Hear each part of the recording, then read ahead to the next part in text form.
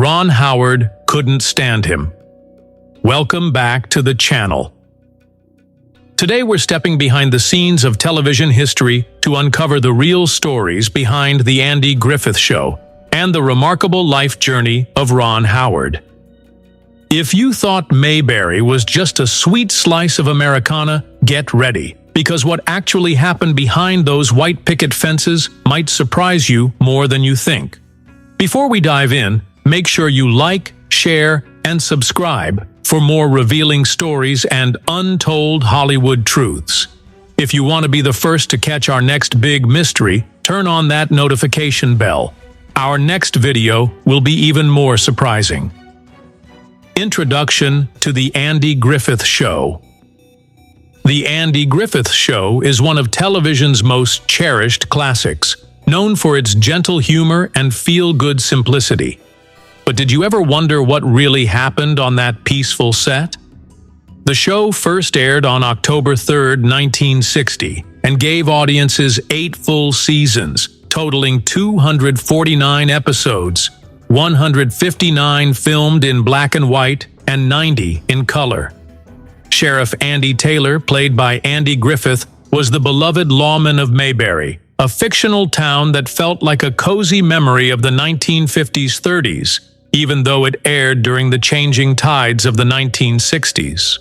What's your earliest memory of The Andy Griffith Show?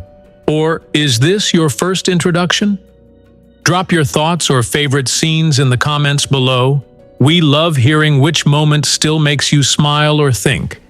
Even as Mayberry charmed its way into the hearts of millions, every small town has its secrets. And the story unfolding off-screen? It was a tale of clashing personalities and lingering feuds that would remain buried for decades. Ron Howard's early life and career.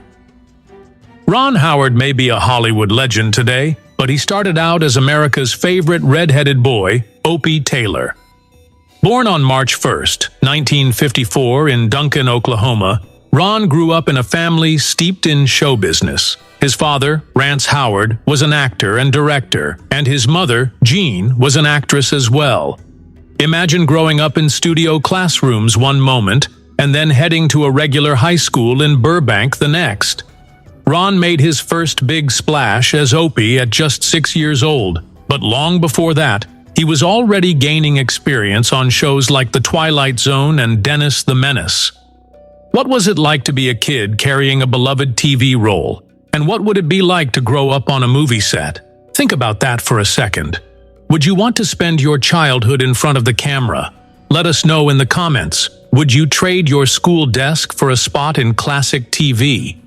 Ron Howard's breakout moment on The Andy Griffith Show opened doors to new parts, eventually leading him to star as Richie Cunningham on Happy Days, a show that cemented his place in pop culture. But Ron was aiming beyond acting. A passion was growing in him for storytelling, soon to make Hollywood history in unimaginable ways. But wait, what about the calm on set? The truth is, behind those smiles, not all was well in Mayberry. Behind the curtain, on-set conflicts and surprising feuds. Viewers saw a family in Mayberry, but the reality between Andy Griffith and his co-stars, especially Frances Bavier, who played Aunt Bee, was far more complicated. Some say Bavier's devotion to her craft made working with her a challenge. She was exacting, private, and sometimes standoffish, while Griffith was famously warm and sociable. It's stunning to think that 2 of America's most iconic TV family members could barely hold a civil conversation off camera. Have you ever discovered your favorite TV duo didn't get along in real life? If you found out, did it change how you see the show? This rift rippled through the set for years, and cast and crew often walked on eggshells. Ron Howard, as a young actor, felt the chill of working with someone who never seemed to warm to him, even as millions thought of Aunt Bee as television's most nurturing figure. The magic of television can hide a lot. As the years passed, however, old wounds began to heal, and near the end of her life, Frances Bavier made peace with Griffith by admitting her faults and asking forgiveness. proof that even the oldest rivalries can be settled when it matters most. Hang tight, because coming up next is a story of Hollywood love that stands out for all the right reasons. Ron Howard's long-lasting love story. While many Hollywood romances burn out fast, Ron Howard and Cheryl Alley have quietly set the gold standard for love and loyalty. They met as teenagers, just 16 years old, and after 3 proposals, Cheryl finally said yes. By 1975, they were married, beginning a journey that would last for 50 years and counting. Imagine a relationship strong enough to survive Hollywood's highs and lows, raising 4 children, including the talented Bryce and Paige Howard, while Ron's career soared to new heights.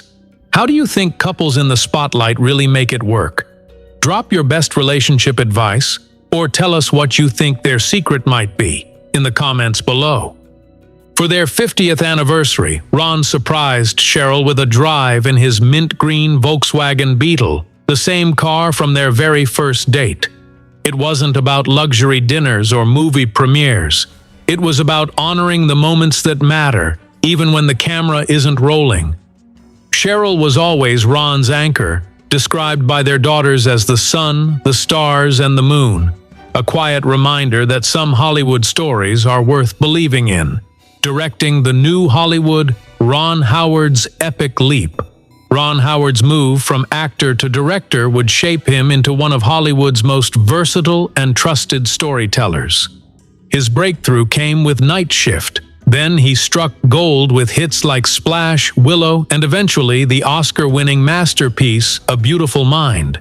The film not only earned him Best Director, but it also swept viewers into the struggles and genius of mathematician John Nash.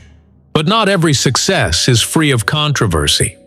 Howard's decision to omit certain truths about Nash's life in A Beautiful Mind drew criticism, even as the film won 4 Academy Awards. Would you rather see an unfiltered biography or a story that focuses on the hopeful heart? Tell us how you feel about creative license in true stories. Does it help or hurt? Of all the projects Ron Howard has taken on, one recent film forced him to confront questions of trust and authenticity in ways that echoed challenges from his earliest days. Conflicts, politics, and the cost of telling the truth. Turning J.D. Vance's Hillbilly Elegy into a Netflix film put Ron Howard in the middle of unexpected political drama. The man behind Opie and so many beloved movies suddenly found himself at odds with the story's real-life inspiration, someone whose views changed dramatically over time. For Howard, the lesson was harsh but clear. Stories and people can shift in ways you never see coming. It's fascinating, isn't it, how someone can seem one way for so long, only to reveal a completely different side.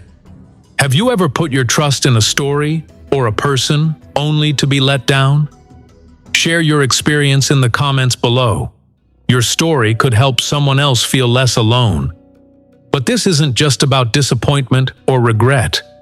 Ron Howard has grown into a director who understands how every story, happy, difficult, or divided, shapes the world.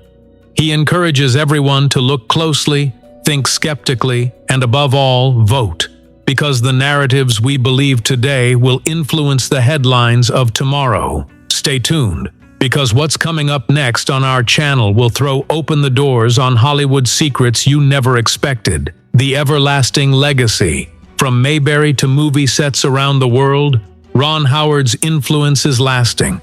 The Andy Griffith Show remains a landmark. Its warmth, nostalgia, and even its behind-the-scenes struggles continuing to resonate with audiences new and old.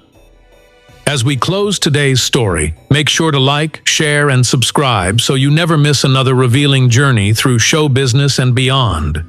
Your ideas help us decide what Hollywood secret or inspiring tale we should uncover next. Thank you for being part of our community. What kind of videos would you like us to make next? Let us know in the comments. See you on the next video.